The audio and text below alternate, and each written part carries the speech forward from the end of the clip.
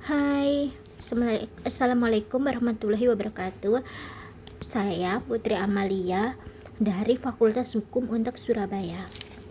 Di sini saya akan menjelaskan tentang materi yang berjudul menakar legalitas isbat nikah dalam sistem hukum perkawinan di Indonesia. Pernah dengar nggak sih tentang isbat nikah? Pasti pernah lah ya. Nah, di luaran sana banyak sekali orang yang mengira isbat nikah itu adalah cara untuk meresmikan semua jenis pernikahan yang tidak tercatat. Tapi, apakah benar isbat nikah itu mempermudahkan dan selalu berdampak baik bagi hukum perkawinan kita? Atau jangan-jangan ini justru jadi celah hukum yang melanggengkan penyeludupan hukum seperti pernikahan di bawah umur atau poligami rahasia? Nah, daripada penasaran, yuk kita bahas tentang beda legalitasnya. Oke, yang pertama itu kita harus tahu dulu kompas utamanya, yaitu Undang-Undang Nomor 1 Tahun 1974 tentang perkawinan. Pasal 2-nya itu menegaskan bahwa perkawinan itu sah jika dilakukan menurut hukum agama masing-masing dan harus dicatat oleh negara. Jadi, masalahnya banyak pasangan yang hanya memenuhi unsur agama tapi mengabaikan pencatatan negara. Disinilah isbat nikah itu hadir sebagai jalur hukum melalui pengadilan agama untuk mengesahkan pernikahan yang sebelumnya udah terjadi tapi belum tercatat. Nah, selanjutnya kita akan bahas isbat nikah. Isbat nikah itu secara etimologis memiliki dua kata. Yang pertama isbat dan yang kedua adalah nikah. Keduanya itu berasal dari bahasa Arab yang memiliki arti isbat itu penetapan dan nikah itu antara seorang laki-laki dan seorang perempuan untuk menjadi suami istri. Dengan demikian, isbat nikah itu dapat dipahami sebagai proses penetapan atau pengesahan suatu perkawinan yang sebelumnya telah dilangsungkan menurut hukum agama, namun belum atau tidak dicatatkan secara resmi oleh negara. Selanjutnya, di dalam hukum Islam juga dinyatakan perkawinan itu sah apabila telah memenuhi rukun dan syarat nikah, seperti adanya calon suami maupun calon istri, wali, dan dua orang saksi, serta adanya ijab kabul. Perkawinan yang telah memenuhi ketentuan tersebut pada dasarnya adalah sah secara agama dan dapat untuk diisbatkan guna untuk memperoleh suatu pengakuan dari negara. Di dalam Undang-Undang Nomor 1 Tahun 1974 tentang perkawinan, di sini menegaskan bahwa perkawinan adalah suatu ikatan lahir batin antara seseorang pria dan seorang wanita sebagai suami istri dengan tujuan untuk membentuk suatu keluarga yang harmonis dan berbahagia. Namun, pada ayat 2-nya ditegaskan pula bahwa setiap perkawinan itu harus dicatat menurut peraturan perundang-undangan yang telah berlaku. Dengan demikian, sistem hukum perkawinan di Indonesia menganut dualitas legitimasi, yaitu sah secara agama dan sah secara negara. Di dalam Undang-Undang Nomor 22 Tahun 1946 tentang pencatatan nikah, talak, dan rujuk, JO Undang-Undang Nomor 32 Tahun 1954 secara tegas telah mengatur bahwa setiap perkawinan yang dilakukan menurut agama Islam harus diawasi oleh pegawai pencatat nikah atau yang biasa kita kenal dengan PPN, yang dimana penjabat tersebut itu diangkat langsung oleh Menteri Agama dan atau ditunjuk oleh pejabat yang berwenang lah.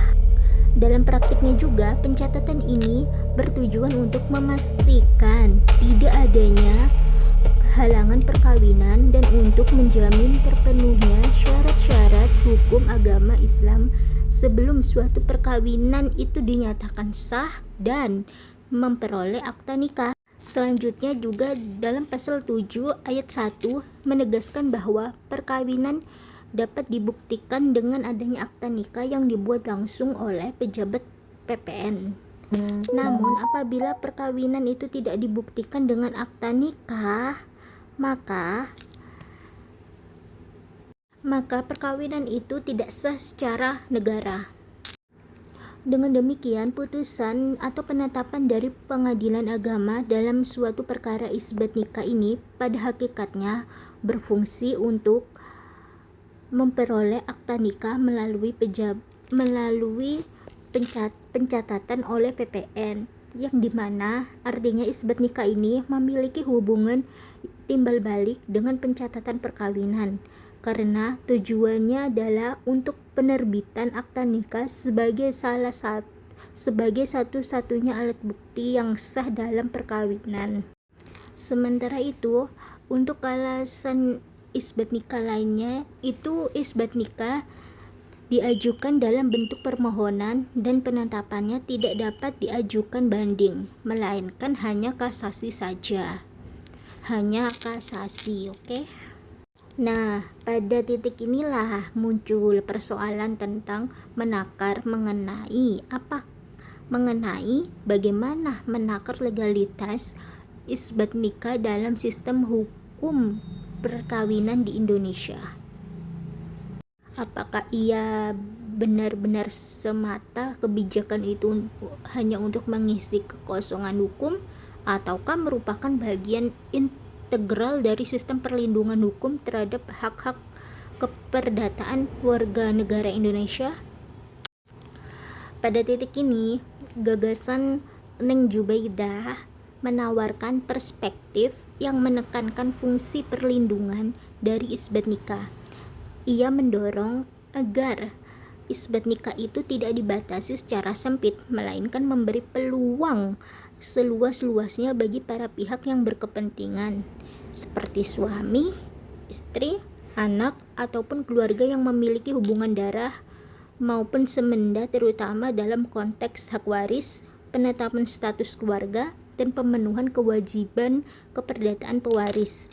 Di sisi lain juga, ia juga menilai bahwa mengajukan isbat nikah tidak semestinya dibatasi hanya ketika suami atau istri masih hidup, sebab dalam banyak kasus justru persoalan status perkawinan baru menguat setelah salah satu dari pihak tersebut meninggal.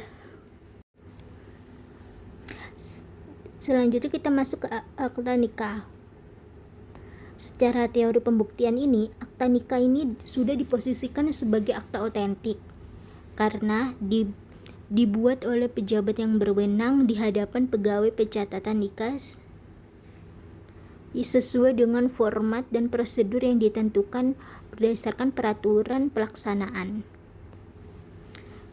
Karena sifatnya otentik ini, akta nikah memiliki kekuatan pembuktian yang cukup tinggi dalam membuktikan adanya perkawinan dan akibat hukumnya. Dalam kondisi demikian, isbat nikah berfungsi sebagai alas hukum untuk melakukan pencatatan belakangan di KUA sehingga terbit buku kutipan akta nikah.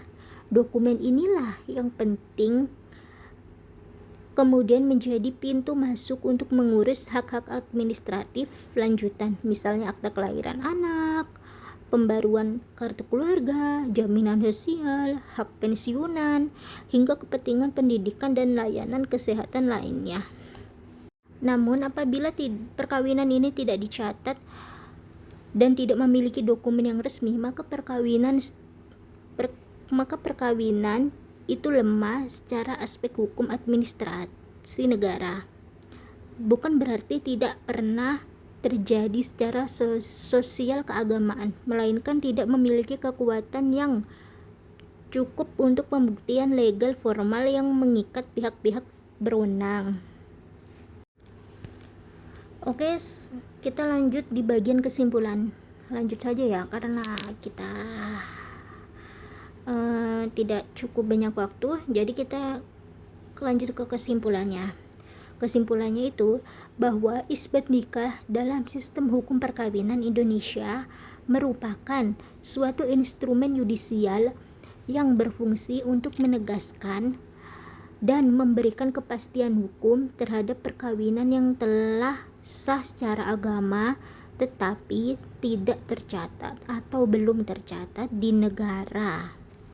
Keberadaannya tidak dimaksudkan untuk mengabaikan kewajiban pencatatan, melainkan sebagai mekanisme korektif guna untuk melindungi hak-hak keperdatan suami, istri, dan anak, serta menjamin akses terhadap pelayanan publik. Dengan demikian, maka legalitas isbat nikah ini harus kita pahami dalam kerangka perlindungan hukum dan tertib administrasi, bukan hanya sekedar sebagai legitimasi terhadap praktik perkawinan yang mengabaikan tentang pencatatan nikah itu.